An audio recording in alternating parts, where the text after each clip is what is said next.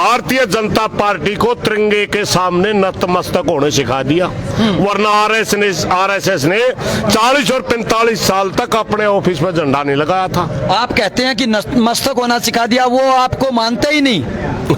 उनके मानने से ना मानने से हम इस देश के नागरिक तो नहीं, ऐसा तो नहीं होगा कि हम इस देश के नागरिक नहीं रहेंगे। वो हमारे को क्या नहीं मानते, ये प्रजातंत्र के अंदर जनता देश की मालिक होती है, हम उनको नहीं मानते।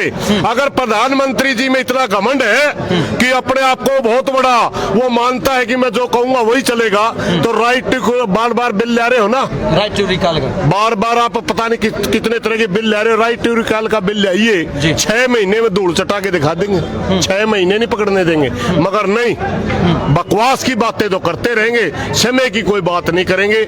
आज प्रधानमंत्री की विश्वसनीयता इतनी नीचे जा चुकी है, हर बच्चे को पता चल जाएगा। अब पता चल गया, अगर कोई बच्चा उत्तर भारत के अंदर तो खासकर अगर कोई बच्चा झूठ बोल जाता है तो कहते हैं क्यों मोदी क्यों बढ़ रहा है। आजकल झूठे का नाम मोदी हो चुका है। लेकिन मोदी की लोकप्रियता में लगातार अलग अलग चीजें सामने आ रही हैं। उनका कहना है कि किसानों के हित में जितना काम बीजेपी सरकार ने किया इतना किसी ने नहीं किया। हाँ बिल्कुल किया है।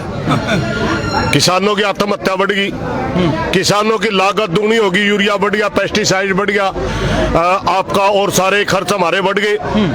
किसानों के ऊपर लाठी चार्ज हो रहा है, किसानों के ऊपर पर्चे दर्ज हो रहे हैं। किसानों का बहुत ज्यादा विकास कर दिया, इतना चांद पर ले गया किसानों को मोदी।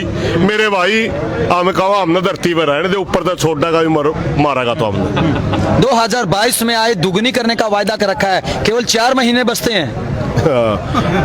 दो आय दुगनी, लागत दुगनी होगी, लागत दुगनी।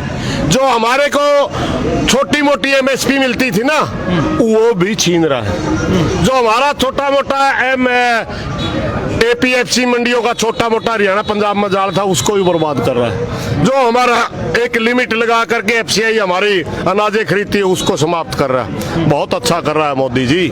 एक बात बताऊं मैं, इंदिरा के बाद दूसरा तानाशाह हुआ है देश के अंदर। इंदिरा की गति क्या हुई थी, इसकी गति क्या होगी अपने आप समझ रहे। सुरेश कोथ इतनी अहंकार की बातें क्यों करते हैं? जिस प्रधानमंत्री के पूरी दुनिया ने चुना है, पूरे देश के लोगों ने भारी बहुमत से चुना है, वो कहते हैं कि हम प्रधानमंत्री को गिरा देंगे।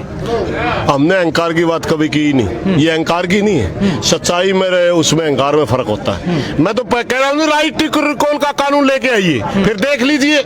हम अहंकार की बात नहीं करते, क्योंकि इस देश का किसान पहले इनके ऊपर विश्वास करता था, इन्होंने वोट दे दिया। अब इनकी पोल पार्ट की, ये मात्र जाति और धर्म के नाम पर वोट लेते हैं, इनका विकास से कोई लेना देना नहीं है। सारे मजदूर भी मार दिया, व्यापारी भी मार दिया, आपका सारा पब्लिक सेक्टर खत्म कर दिया। एक बयान दिया था ना, बड़ा पॉपुलर हुआ था ना, देश नहीं बिकने दूंगा।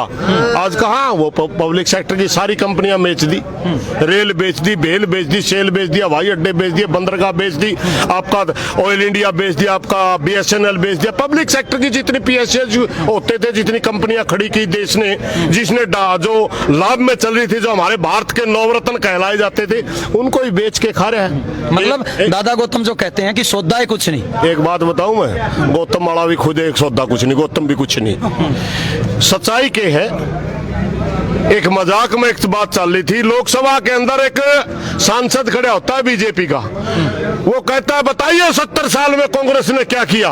कांग्रेस की एक सांसद खड़ी हुई, उसने 10-12 उनके नाम गिनवा दिया। हमने आईआईटी बनाई, हमने एयर इंडिया बनाई, हमने एम्स बनाए, हॉस्पिटल बनाए, काफी साल जितनों के नाम गिनाए, 1 महीने में सारे बेच दिए। मैं कहने लगा राहुल गांधी का नाम मत ले लेना, ये बेच आएगा 500 रुपए में बिकेगा राहुल गांधी, मात्र 500, ज्यादा उसका भी नहीं लगेंगे। ये राहुल नहीं बेचा होगा, इतना तेज आदमी है मोदी। लेकिन आप लोग तो राजनीति की तरफ बढ़ने लगे हैं, चुनाव लड़ने की बात करने लगे हैं। नहीं, हमारा कोई चुनाव लड़ना कोई मकसद नहीं। अभी पीछे बयान आया था कि किसानों की पार्टी बनेगी, किसान चुनाव लड़ेंगे।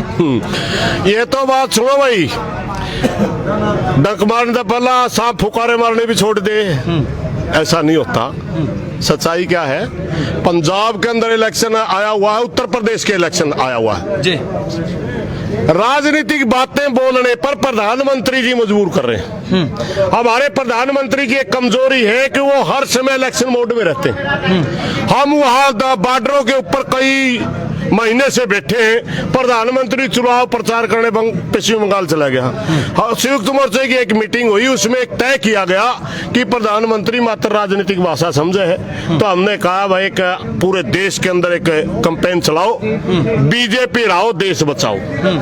हम उस कैंपेन के तहत पश्चिम बंगाल गए और हमने प्रचार करा कि इसना रह दो भाई, अगर किसान मजदूर बचाना है तो वो कैंपेन तो हमारा लागू रहेगा, यूपी में भी रहेगा, पंजाब में भी रहेगा।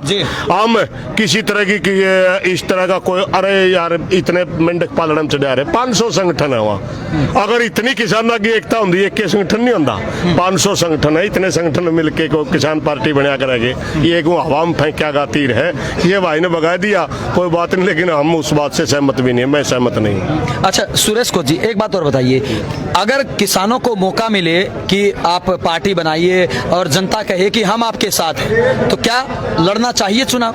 बनेगी नहीं। क्यों नहीं बनेगी? नहीं बनेगी, मैं बात बताऊं। हमारा किसानों के अंदर एक कमजोरी है, सरकार है क्या हमारी कह देनी भाई ठीक हमारे में राज नहीं चलता, और किसानों राज तो हमें चलाओ लेकिन राजा चुन के दे दो। 20 साल तक लड़ाएंगे, हमारे पे एक नाम को नहीं आवा, समझ गया ना? तो मोदी को बना दिया ना फिर। सुनो एक मिनट, हमारा मैं मेरी बात पूरी हो लेने दे। हम उस दिशा के बारे में, वो अलग दिशा है। देखिए वो सोच अलग होती है। कोई साथी अगर किसानों में काम करके किसी राजनीतिक दल में जाकर के चुनाव लड़ता है, वो अलग बात है, वो पार्टी के तहत चुनाव लड़ता है, वो सोच अलग होती है। ये जो संगठन होते हैं, ये संगठन होते हैं सामाजिक, इनकी सोच होती है ये परमार्थ के संगठन होते हैं, ये समाज की सेवा करने के लिए बने होते हैं। राजनीतिक संगठन में थोड़ा थोड़ा स्वार्थ भी होता है, वो स्वार्थ के तहत सोचने वाला संगठन होता है, इसलिए इनमें दिन रात का फर्क होता है मेरे भाई। तो समझिए किसान आंदोलन, किसान राजनीति के मैं चेहरे बताऊंगा। किसान आंदोलन के चेहरे थे चौधरी महेंद्र सिंह टिकैत, घासीराम नैन, ये किसान आंदोलन के। किसान राजनीति थी, चौधरी चरण सिंह था, देवीलाल था, सर छोटू राम था, ये किसान राजनीति थी। बात दोनों किसानों की करते थे। उनका मानना था कि कुर्सी पे बैठ के भला किया जा सकता, उनका मानना था हम आंदोलन के जरिए, दोनों वो चाहते किसान का भला थे। वो दोनों अलग अलग चीजें होती हैं। हालांकि आज ज्यादा सोच ये बन रही कि सर छोटू राम की तरह हमने चलना चाहिए। जैसे चौधरी चरण सिंह का कहना था भाई एक अड़की मुट्ठी बात रखो तो नजर दिल्ली की कुर्सी पर रखो, आज उस विचार के लोग ज्यादा है, वो अलग चीज है। 1 तारीख से लेकर 14 तारीख तक बीजेपी ने तिरंगा यात्रा निकाली, आज पूरे देश भर में किसानों के द्वारा तिरंगा यात्रा निकाली, अंतर क्या रहा? बीजेपी की तिरंगा यात्रा में किराए के ट्रैक्टर जाते थे, किराए के लोग जाते थे। किसानों की तिरंगा यात्रा में अपना खुद का ट्रैक्टर था, किसान का उसी का तेल था और किसान ही बैठे थे। आप खुद अंतर लगा लो, पता लगा लो कौन सा अंतर था, ये अंतर था। लेकिन उनका कहना है कि ये तो किसान ही नहीं है। हमारा कहना वो इंसान नहीं है। दोनों उनका कहना हम किसान नहीं है, हमारा कहना वो इंसान नहीं है। अगर वो इंसान नहीं है। हरियाणा